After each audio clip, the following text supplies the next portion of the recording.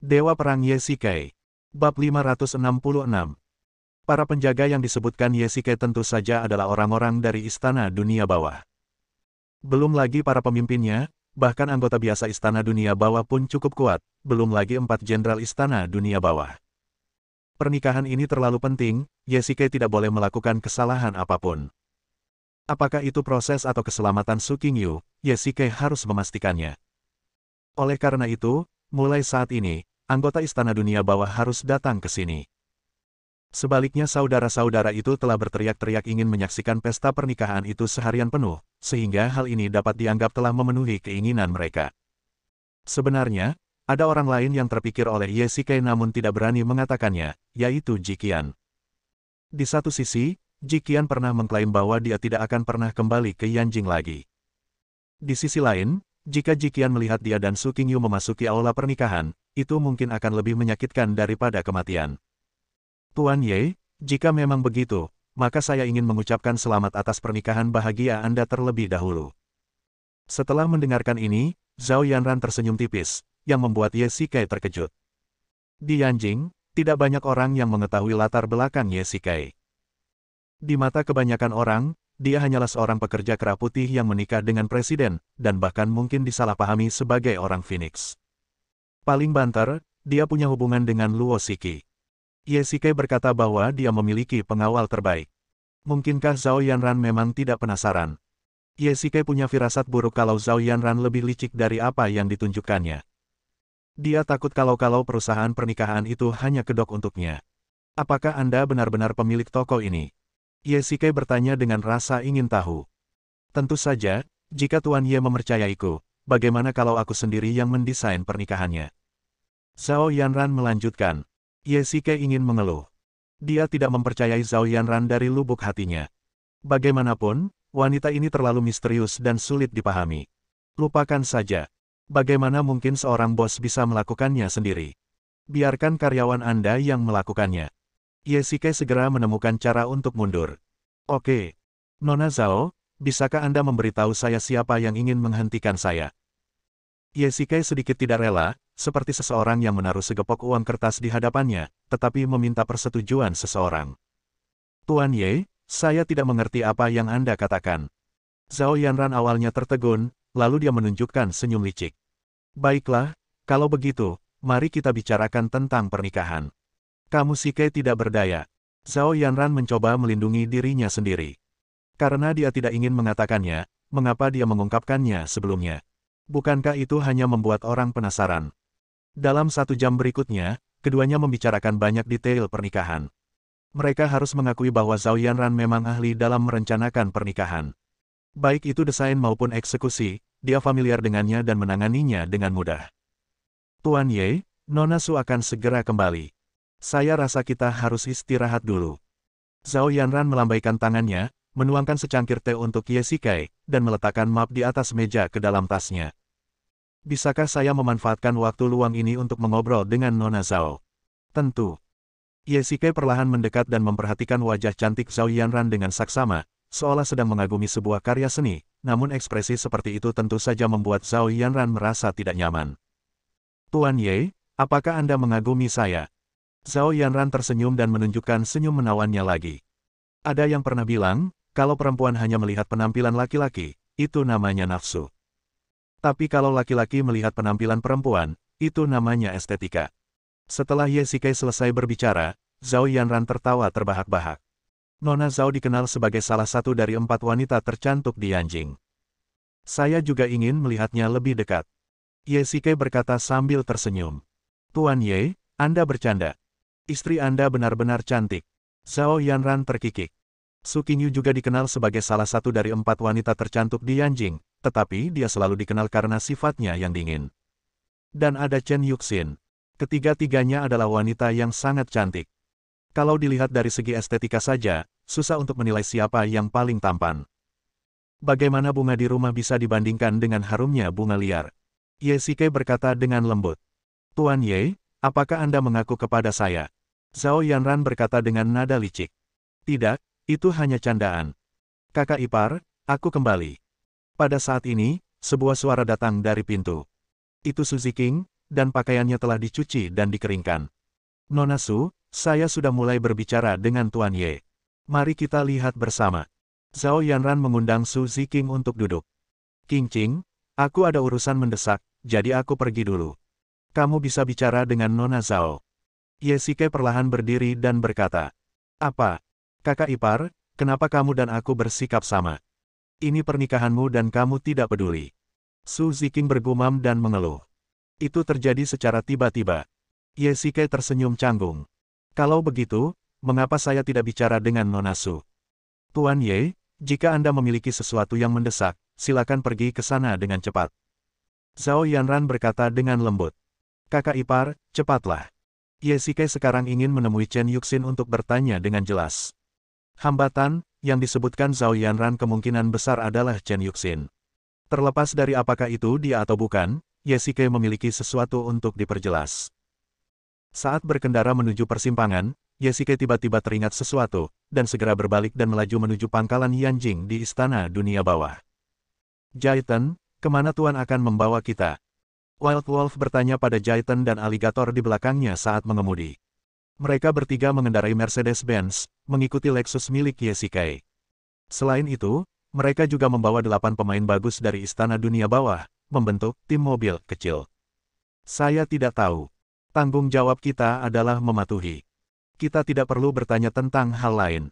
Jaiten berkata dengan dingin. Dia adalah salah satu bawahan Ye Xike yang paling setia dan juga orang kepercayaannya. Mobil itu berhenti perlahan di depan sebuah rumah besar. Ye Xike keluar dari mobil, berjalan ke sisi Mercedes-Benz, dan berkata kepada 3 orang melalui jendela mobil, jika kalian tidak melihatku keluar dalam waktu setengah jam, dan kalian tidak menerima pesan teksku, kalian bisa masuk. Apa? Kata buaya dengan heran. Itu adalah pertama kalinya dia mendengar Lord Pluto mengucapkan kata-kata seperti itu, seolah-olah dia akan pergi ke suatu pertemuan sendirian. Tuan, izinkan saya masuk bersama Anda. Jaiten juga mengerti apa yang dimaksud Ye Xike. Sebagai bawahan, bagaimana dia bisa melihat bosnya dalam bahaya? Namun mereka bertiga juga terkejut. Mungkinkah benar-benar ada orang kuat di sana yang dapat membuat Pluto mengatakan hal seperti itu? Tidak perlu. Kalian semua tetap di luar dan aku akan masuk sendiri. Ye Xike berkata dengan dingin, ini perintah. Ya. Satu hal lagi, kalau kalian datang, jangan bunuh mereka, tapi usir saja mereka. Ye Xike ragu-ragu sejenak, lalu berkata dengan ringan. Tuan, dalam kasus ini, Anda harus memperhatikan keselamatan. Bab 567. Berhenti. Ye Xike dihentikan oleh 2 penjaga saat dia berjalan menuju pintu. Setelah menggunakan tenaga dalamnya untuk melihat, Ye Xike terkejut karena bahkan para pengawal keluarga Chen adalah para kultivator. Itu memang masalah besar. Siapa kau? Tolong jangan mendekat. 2 penjaga maju ke depan. Karena Ye Xike datang tiba-tiba, mereka khawatir kalau dia adalah penyerang. Ketika mereka melihat Ye Xike berdiri tak bergerak, mereka menurunkan kewaspadaan mereka. Saya di sini untuk melihat kepala keluarga Anda. Ye Xike mengeluarkan sebatang rokok, menyalakannya, dan berkata dengan ringan. Siapa namamu? Seorang penjaga bertanya dengan bingung. Ye Xike tampak sangat asing, tetapi karena dia berani mendekati kepala keluarga secara langsung, itu berarti dia pasti memiliki beberapa latar belakang. Ye Xike, pergi saja dan laporkan. Baiklah, tunggu sebentar. Seorang penjaga mengangguk dan berbalik untuk memasuki rumah keluarga Chen. Ye Xike memanfaatkan kesempatan ini untuk menghisap sebatang rokok. Dia ingat bahwa dia dibawa oleh Chen Yuxin terakhir kali dan hampir tidak bisa keluar. Semenit kemudian, penjaga sebelumnya kembali. Tuan Ye, silakan masuk. Saya minta maaf atas masalah yang kami sebabkan tadi. Penjaga lainnya membungkuk pada Ye Xike dan berkata dengan hormat. Pimpin jalan. Tuan Ye, saya minta maaf karena tidak menyambut Anda secara langsung. Ketika dia memasuki villa Chen Yuxin, seorang wanita cantik datang ke arahnya. Ye Xike mengenalinya.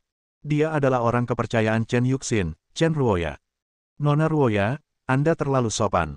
Saya ingin tahu apakah Xiao Xin ada di sini. Ye Xike berkata dengan ringan. Kepala keluarga sedang berdandan, Tuan Ye, silakan tunggu di ruang rapat. Chen Ruoya membungkuk sedikit untuk menunjukkan rasa hormat, lalu membuat gerakan, tolong, dengan tangannya. Tuan Ye, silakan minum teh. Chen Ruoya dengan hati-hati menuangkan secangkir teh untuk Ye Shikai, dan aroma teh yang menyegarkan segera memenuhi ruangan. Baiklah, cukup bagimu untuk menunggu Xiao Xin di sini, lalu pergi dan lakukan urusanmu sendiri. Ye Shikai tersenyum tipis. Ketuk-ketuk-ketuk. Pada saat ini, terdengar ketukan di pintu, lalu seorang wanita cantik masuk. Entah mengapa, Ye Shikai tanpa sadar menundukkan kepalanya dan tidak menatapnya. Tuan, saya permisi dulu. Chen Ruoya berkata dengan hormat, lalu perlahan meninggalkan ruangan. Chen Yuxin duduk diam di hadapan Ye Shikai. Tak seorang pun dari mereka berbicara. Ye Shikai menundukkan kepalanya dan tidak melihat mata Chen Yuxin, tetapi dia samar-samar dapat merasakan tatapan dingin yang menyapu dirinya. Xiao Kai, perilakuku sebelumnya. Karena aku terlalu impulsif. Apakah kamu baik-baik saja? Setelah beberapa waktu, kata-kata Chen Yuxin memecah suasana canggung. Ye Shikai teringat terakhir kali dia disuntik dengan anestesi oleh Chen Yuxin dan jatuh ke dalam air dan hampir tenggelam. Memang kesalahan Chen Yuxin dalam insiden itu. Jika orang-orang Luo Shiki tidak mengetahuinya tepat waktu, Ye Shikai pasti sudah mati.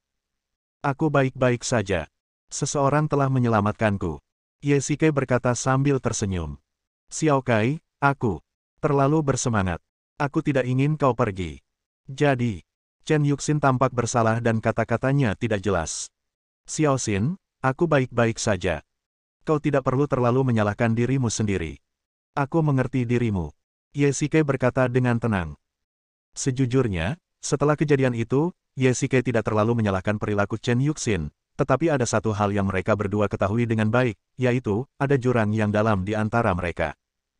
Misalnya, barusan, Ye Shikai bahkan tidak berani menatap langsung ke arah Chen Yuxin. Alasan saya datang ke sini hari ini adalah karena saya ingin berbicara dengan Anda dengan tenang. Ye Shikai menarik napas dalam-dalam dan akhirnya sampai pada intinya. Dia gugup, seolah-olah sedang menghadapi keputusan hidup dan mati. Xiao Xin, hubungan kita, batuk-batuk. Kata-kata Ye Shikai baru saja sampai di bibirnya, tetapi dia ragu lagi dan menelan kata-kata itu kembali ke perutnya. Kita tetap berteman saja. Ye Shikai mengumpulkan keberanian untuk mengatakan ini. Begitu dia selesai berbicara, dia siap dimarahi. 1 detik, 2 detik, 3 detik. Begitu sunyi. Ye Shikai merasakan hawa dingin di hatinya. Xiao Kai, apakah kamu akan menolak begitu saja? Setelah waktu yang lama, Chen Yuxin berkata perlahan. Xiao Xin, seandainya tunanganmu meninggalkanmu demi wanita lain pada malam pernikahanmu, apa yang akan kau pikirkan tentangnya? Ye Shikai berkata dengan tegas, dia bajingan. Apakah kamu menginginkan pria seperti itu? Aku mau, aku menginginkanmu. Chen Yuxin dengan gembira melemparkan dirinya pada Ye Shikai. Xiao Kai, jika kamu pergi, apa yang harus aku lakukan? Xiao Xin, kamu terlalu ekstrim. Bahkan jika aku menikah, kamu tetap teman baikku. Ye Shikai ingin menghiburnya, tetapi dia tidak tahu harus berkata apa. Ia merasa dirinya bukan jago jatuh cinta dan tak bisa mengucapkan kata-kata manis. Dia bahkan tidak tahu mengapa ada begitu banyak wanita di sekitarnya. Mungkin benar seperti yang dikatakan Peramal, bahwa dia beruntung dalam cinta. Xiao Kai, kita tumbuh bersama. Bukankah kamu bilang kamu hanya akan menikah denganku? 8 tahun yang lalu, Ye Shikai sudah tidak bersama kita lagi. Aku sudah banyak berubah, dan kamu juga sudah banyak berubah. Xiao Xin, ini kenyataannya. Ye Shikai berkata dengan tenang. Awalnya dia ingin berbicara dengan tenang, tetapi begitu Su Qingyu disebutkan, Chen Yuxin tiba-tiba menjadi bersemangat. Tiba-tiba, Chen Yuxin mengambil pisau buah di atas meja dan mengarahkannya ke lehernya. Xiao Xin, kamu gila, cepat turunkan dia, itu sangat berbahaya. Ye Shikai berkata dengan penuh semangat, tetapi dia takut jika dia maju, dia akan melakukan sesuatu yang tidak pantas. Aku tidak akan melepaskannya.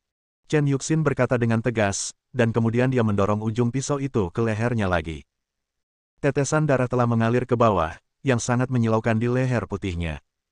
Mengapa kamu melakukan ini? Xiao Kai, jangan lupa, Wang Kai masih di tanganku, dan aku bisa menyerahkan bukti pembunuhannya ke Biro Keamanan Nasional kapan saja. Chen Yuxin berkata dengan dingin. Xiao Xin, aku tidak akan membuat kesalahan yang sama 2 kali. Ye Shikai tersenyum tipis. Apa maksudmu? Wajah Chen Yuxin berubah, dan tiba-tiba dia mendapat firasat buruk. Aku menyelamatkan Wang Tua terlebih dahulu, tetapi aku tetap ingin berterima kasih padamu karena tidak mempersulitnya akhir-akhir ini. Ye Shikai tersenyum tipis. Tidak mungkin, anak buahmu semua ada di luar dan tidak bisa masuk untuk menyelamatkan orang. Chen Yuxin berkata dengan tegas. Tindakan pengamanan di rumah besar itu sempurna dan mustahil bagi orang luar untuk menyelinap masuk. Ledakan. Pada saat ini, pintu ruang konferensi tiba-tiba terbuka. Chen Yuxin terkejut oleh pemandangan di depannya. Ye Shikai yang lain benar-benar muncul di pintu dan menatapnya dengan acuh tak acuh. Xiao Xin, apakah kamu lupa teknik cloningku terakhir kali? Ye Shikai tersenyum tipis.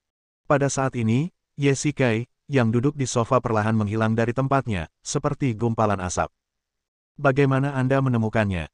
Saya juga ingin mengucapkan terima kasih kepada Chen Ruoya. Saya bilang Anda berjanji akan membebaskan orang itu, jadi dia membawa saya ke sana. Bab 568. Oke, kamu tidak perlu menyalahkan bawahanmu. Ye Shikai berkata dengan ringan. Benar saja, orang yang berbicara dengan Chen Yuxin tadi hanyalah seorang avatar. Meskipun ia adalah avatar, tubuh aslinya dapat merasakan apa saja yang bersentuhan dengan avatar itu, bahkan setiap gerakannya. Adapun Ye Shikai sendiri, dia berbohong kepada Chen Ruoya dan memintanya untuk membimbingnya menemukan lokasi Wang Kai. Ketika tidak ada orang di sekitarnya, dia diam-diam membawanya keluar. Benar saja, ruangan itu juga dikendalikan oleh formasi sebelumnya. Tidak heran Wang Kai tidak bisa pergi selama beberapa hari. Masalah ini tidak ada hubungannya dengan Wang Kai atau Chen Ruoya. Mari kita bicarakan ini. Ye Shikai sedikit kecewa. Chen Yuxin awalnya berencana untuk mengancamnya, tetapi kali ini dia menyelamatkan Wang Kai terlebih dahulu. Xiao Kai, kamu benar-benar pintar. Chen Yuxin tiba-tiba tertawa terbahak-bahak dan perlahan duduk kembali di kursinya. Apa? Kau ingin menggunakan anestesi lagi, atau menjebakku dengan formasi? Ye Shikai mencibir. Karena dia tidak bisa meyakinkan dirinya sendiri, dia tidak perlu tinggal. Xiao Kai, apakah kamu masih ingat masa kecilmu? Saya ingat, ada apa? Ye Shikai tersenyum tipis.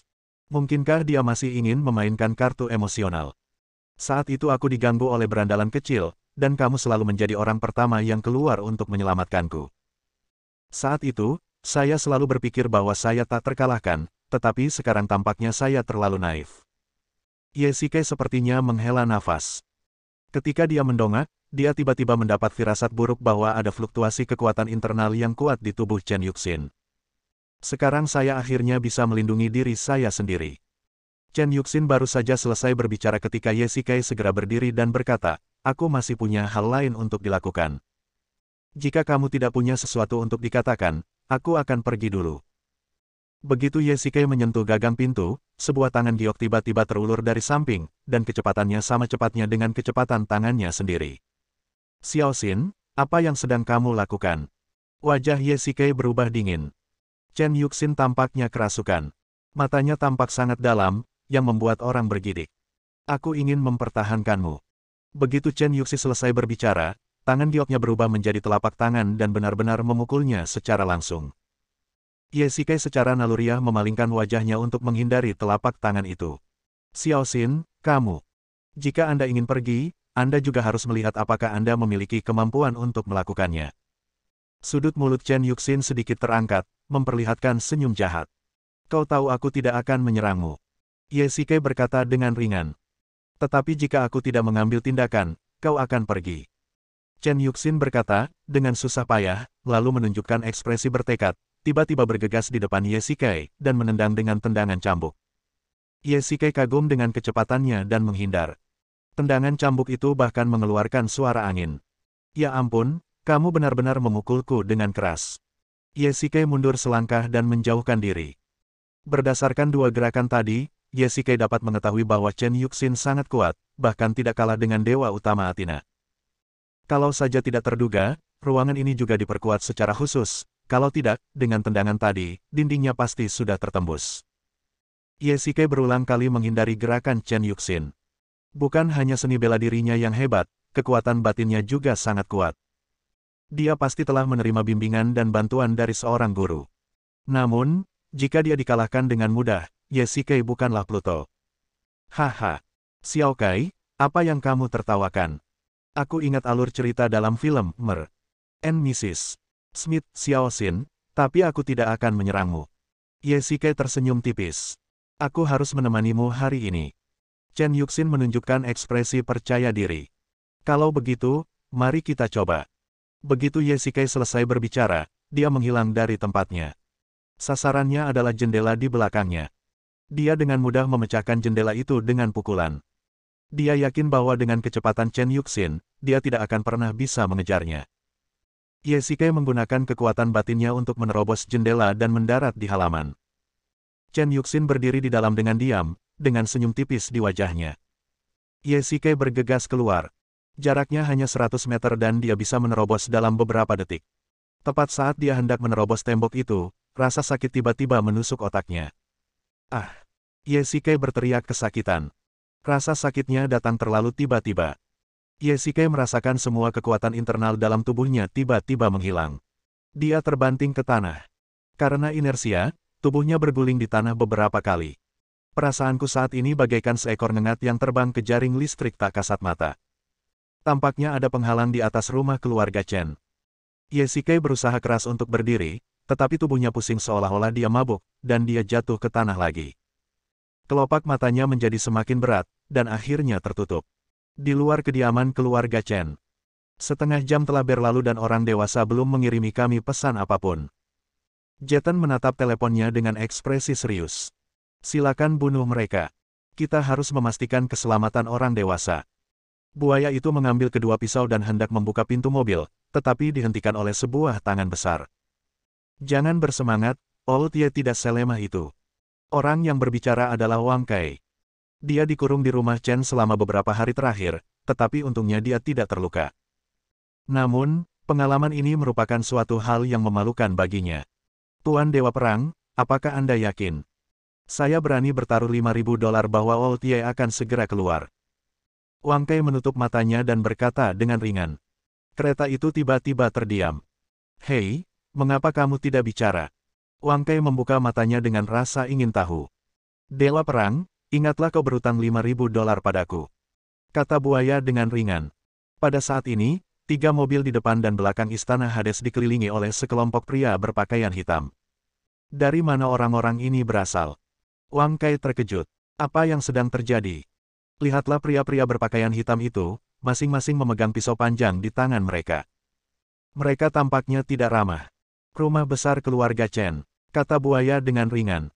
Keluar dari mobil. Jeton berteriak. Tiba-tiba peluru datang dari segala arah, kaca pecah berkeping-keping, dan mobil seketika berubah menjadi saringan.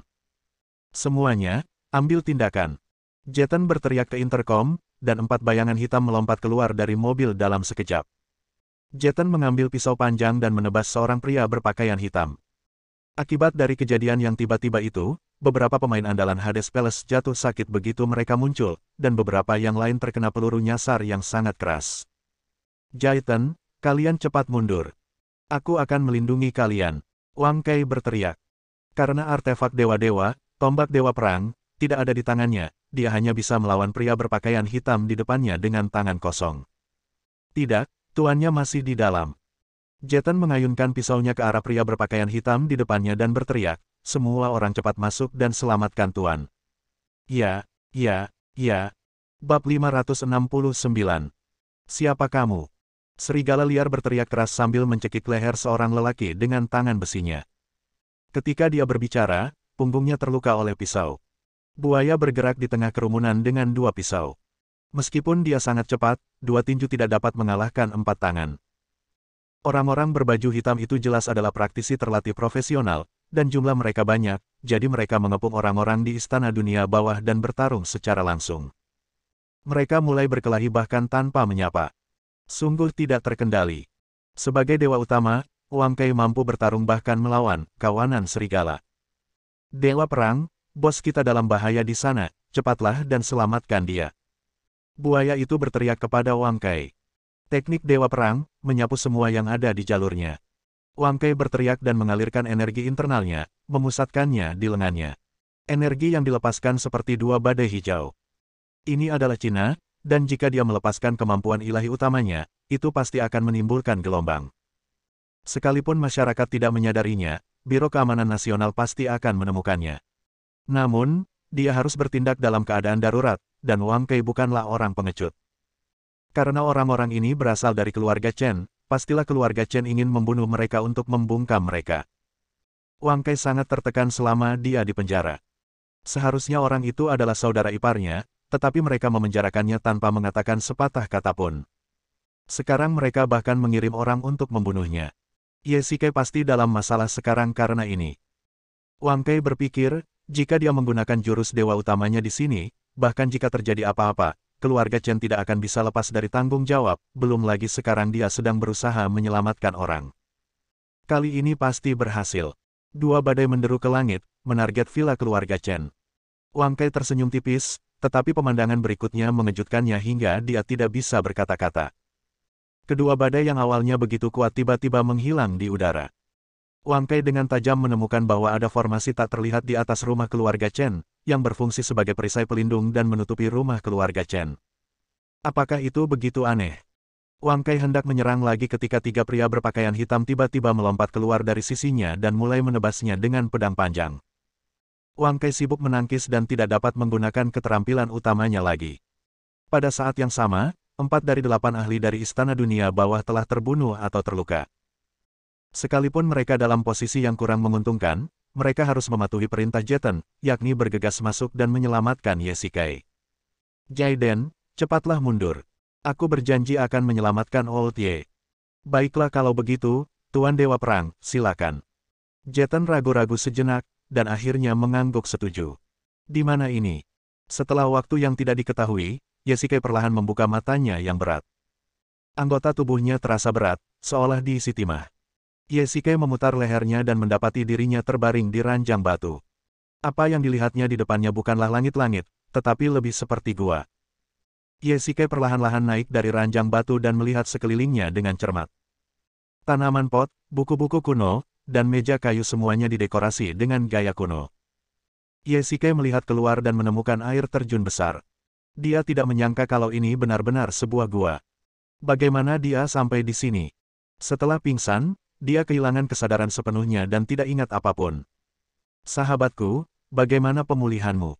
Pada saat ini, sebuah suara samar datang dari belakang Ye Shikai, dan seorang pria berjubah putih perlahan berjalan mendekat.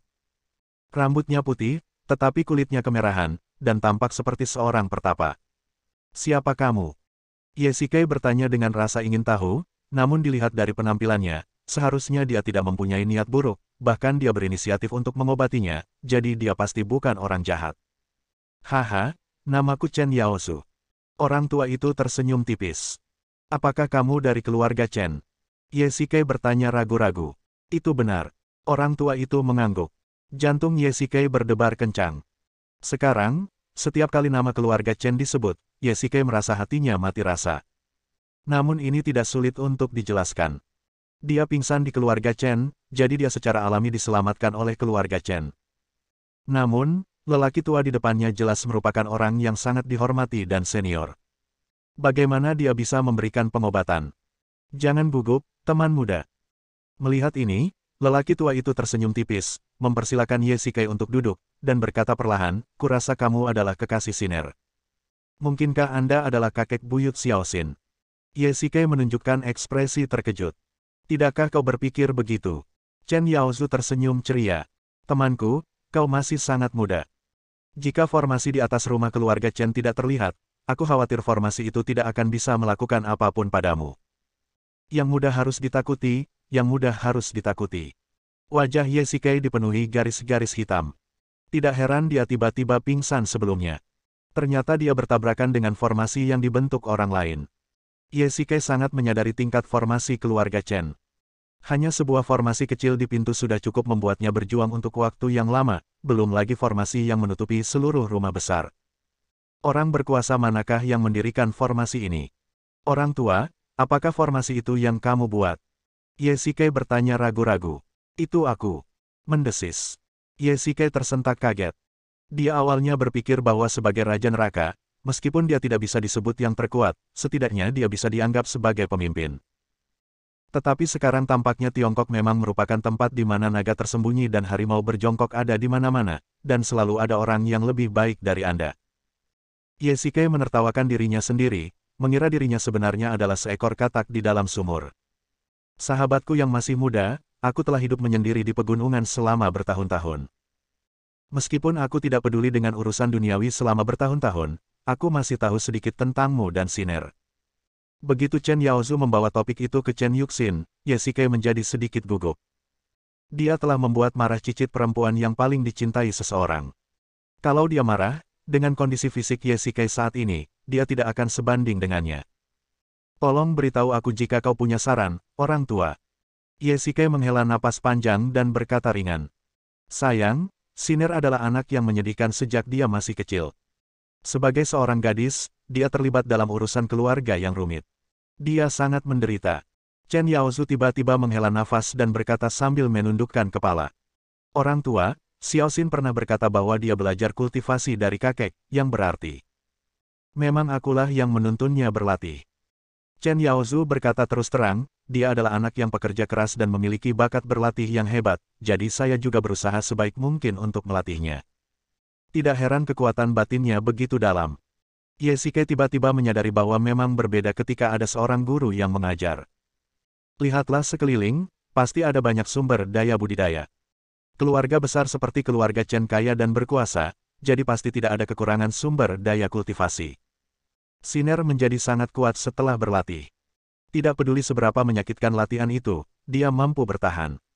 Chen Yaozu menunjukkan ekspresi tertekan dan menatap Ye Shikai. Aku rasa itu untukmu. Untukku. Ye Shikai bertanya dengan rasa ingin tahu. Haha, mungkin kamu tidak tahu, tapi awalnya aku juga menentang praktiknya. Oh, dia perempuan. Tapi dia bersikeras, jadi aku terpaksa menerimanya. Chen Yaozu tiba-tiba tertawa. Apa maksudmu, orang tua? Ye Shikai sedikit bingung. Hanya jika dia berlatih dia bisa menjadi makhluk yang unggul. Bab 570. Atasannya, Chen Yuxin pernah mengatakan ini. Dalam keluarga besar seperti keluarga Chen, latar belakang yang rumit merupakan perjuangan yang bahkan lebih brutal. Tidak mudah bagi Chen Yuxin untuk mencapai titik ini, dan kultivasi tidak bisa dihindari. Saya secara pribadi melatih Siner, dan ini menyebabkan ketidakpuasan di antara banyak orang di keluarga. Pada titik ini, Chen Yaozu menghela napas panjang, wajahnya menunjukkan ketidakberdayaan, kesedihan dan duka. Dia juga merupakan kepala keluarga Chen, jadi dia tentu tahu apa yang harus dia bayar untuk menjadi atasan, bahkan harus melakukan operasi pada saudara-saudaranya. Berjuang untuk posisi patriark ibarat berjalan di jembatan papan tunggal, dan jika ingin bertahan hidup, ia hanya bisa menjatuhkan orang di depannya lalu berjalan ke depan. Yang paling kejam adalah keluarga kekaisaran. Siner adalah keturunan langsung dari keluarga itu, tetapi karena dia seorang gadis, dia telah diabaikan oleh banyak orang. Bahkan anggota keluarga yang lain tidak menganggapnya serius. Nada bicara Chen Yaozu dipenuhi dengan kebencian, tetapi kemudian dia tersenyum. Untungnya, Siner telah melakukannya dengan baik. Ahem, Senior Chen, aku tidak sengaja menyentuh formasi itu, tapi mengapa kamu menyelamatkanku? Ye Shikai bertanya dengan rasa ingin tahu. Formasi itu adalah mahakaryaku. Aku bisa merasakan fluktuasi energi apapun. Sedangkan untukmu, Xiao Xin lah yang mengirimmu kepadaku. Chen Yaozu tersenyum tipis dan duduk di kursi bambu untuk membuat teh. Untunglah kamu punya tenaga dalam yang kuat, kalau tidak, ini akan lebih dari sekedar koma. Chen Yaozu mendorong secangkir teh harum di depan Ye Shikai. Minumlah sedikit, itu baik untuk kesehatanmu. Terima kasih, senior. Ye Shikai menyesap tehnya dan segera merasakan gelombang energi internal menyebar melalui meridiannya. Itu memang kelas atas. Formasi ini sangat kuat. Saya masih merasakan sakit punggung sekarang. Ye Shikai berkata sambil tersenyum. Tetapi, ketika Xiao Xin berlatih dengan cepat, sebuah kecelakaan juga terjadi. Wajah Chen Yaozu berubah, dia menundukkan kepalanya dan mendesah. Ada apa dengan Xiao Xin? Ketika Ye Shikai mendengar ini, jantungnya tiba-tiba berdebar kencang dan wajahnya menampakkan kecemasan. Kamu sangat peduli padanya. Melihat perubahan itu, Chen Yaozu tidak menjawab pertanyaan itu, tetapi malah tersenyum tipis. Yah, dia mantan pacarku, dan kami masih berteman. Ye Shikai mendesah.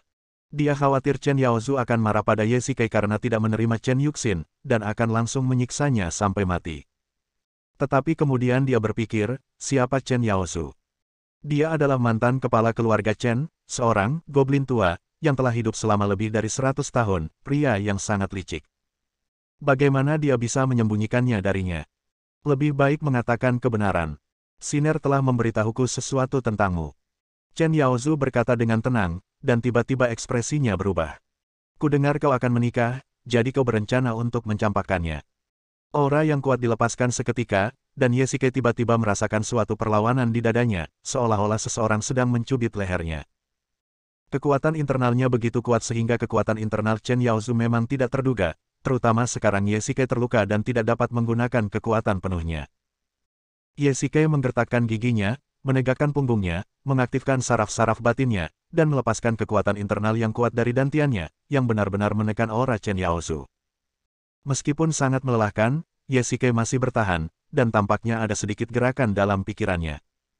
Kerja bagus, kamu benar-benar terlihat seperti pria. Chen Yaozu tiba-tiba menarik energi internalnya dan senyum puas muncul di wajahnya. Yesike juga merasa lega dan napasnya menjadi lebih cepat. Terima kasih atas bimbinganmu, senior. Yesike membungkuk dan berkata dengan hormat. Tetap tenang di saat krisis, rendah hati tapi jangan lemah. Senior, tolong ceritakan padaku apa yang terjadi pada Xiaoxin. Yesike bertanya dengan cemas. Baiklah, aku akan beritahu kau. Chen Yaozu melambaikan tangannya, memberi isyarat kepada Yesike untuk duduk dan mengobrol. Xiaoxin mengandalkan bakatnya yang luar biasa dan di bawah bimbinganku, kecepatan kultivasinya sangat cepat, bahkan di luar pemahamanku. Dapat dikatakan bahwa dia berubah setiap hari, tetapi dengan bimbingan saya, Siner berhasil menghindari banyak jalan memutar, tetapi suatu hari, dia masih menemui hambatan. Nada bicara Chen Yaozu jelas-jelas sangat bingung. Terlihat bahwa kejadian tersebut sangat menggemparkan dirinya. Praktisi memperhatikan kesatuan hati dan pikiran manusia, tetapi iblis dalam diri Siner membuatnya tersesat. Dia kerasukan. Yesike berdiri dengan takjub. Apakah dia baik-baik saja? Tentu saja ada sesuatu. Chen Yaozu menggelengkan kepalanya perlahan. Bagi seorang kultivator, tersesat dapat mengakibatkan cedera fisik paling sedikit dan kematian paling parah. Bagaimana mungkin tidak ada yang salah? Saya sudah berusaha sekuat tenaga dan menggunakan segala cara yang mungkin untuk mengurangi kerusakan pada Siner, tetapi tetap saja ada yang tidak beres. Senior Chen, apa yang terjadi? Tolong beritahu saya. Yesike sangat bersemangat, dan nada suaranya sepertinya menyinggung Chen Yaozu. Dampak dari kerasukan setan adalah emosinya mudah tak terkendali, yang juga berkaitan dengan setan di dalam dirinya. Chen Yaozu berkata dengan tenang, iblis batin adalah sesuatu yang dimiliki setiap kultivator. Semakin sedikit terpengaruh oleh iblis batin, semakin lancar kultivasinya, dan begitu pula sebaliknya. Mengenai iblis dalam diri Siner, sebelumnya aku tidak mengetahuinya. Chen Yaozu melirik Yesike, tapi sekarang, aku mungkin sudah menebaknya. Iblis dalam diri Chen Yuxin adalah Yesike. Bahkan dapat dikatakan bahwa Yesike adalah satu-satunya motivasinya untuk dapat bertahan sampai titik ini. Senior Chen, aku sudah memberitahunya tentang masalah ini, tapi dia... Yesike tidak dapat melanjutkan bicaranya. Dia benar-benar tidak bisa menyetujui Chen Yuxin sekarang, kalau tidak itu akan menyakiti Su Qingyu. Dia selalu ingin membicarakannya dengan Chen Yuxin, tetapi sekarang tampaknya mereka tidak dapat berbicara sama sekali karena prinsip dasar mereka bertentangan dan berkonflik satu sama lain. Aku sudah pernah berkata sebelumnya bahwa aku tidak akan ikut campur dalam urusan duniawi lagi, jadi aku tidak akan ikut campur dalam urusanmu dengan Siner, tapi ada sesuatu yang ingin kukatakan padamu. Chen Yaozu berkata dengan tenang, tangani dengan benar, jika tidak konsekuensinya tidak dapat diprediksi. Generasi muda akan belajar dari Anda. Senior Chen, bolehkah saya pergi sekarang? Yesike memandang air terjun di luar, merasa sedikit cemas. Dia tidak tahu di mana dia berada. Tampaknya dia tidak lagi berada di Yanjing. Ini Jiangnan, ribuan mil jauhnya dari Yanjing, tetapi Anda harus punya cara untuk pergi. Chen Yaozu tersenyum tipis, melambaikan tangannya, dan botol obat terbang ke tangan Yesike. Ingatlah untuk minum obat ini, kembalilah lebih awal, aku akan berlatih secara menyendiri. 4 jam kemudian, Yesike meninggalkan gunung. Jika tebakannya benar, pepohonan di gunung tersebut juga ditata menurut teknik Kimen Bagua. Karena Chen Yaozu adalah seorang kultivator, tempat tinggalnya pasti sangat terpencil, kalau tidak, bagaimana mungkin dia bisa menjadi seorang pertapa. Yesike mengambil banyak jalan memutar di hutan, dan ketika dia keluar, hari sudah gelap. Bersambung.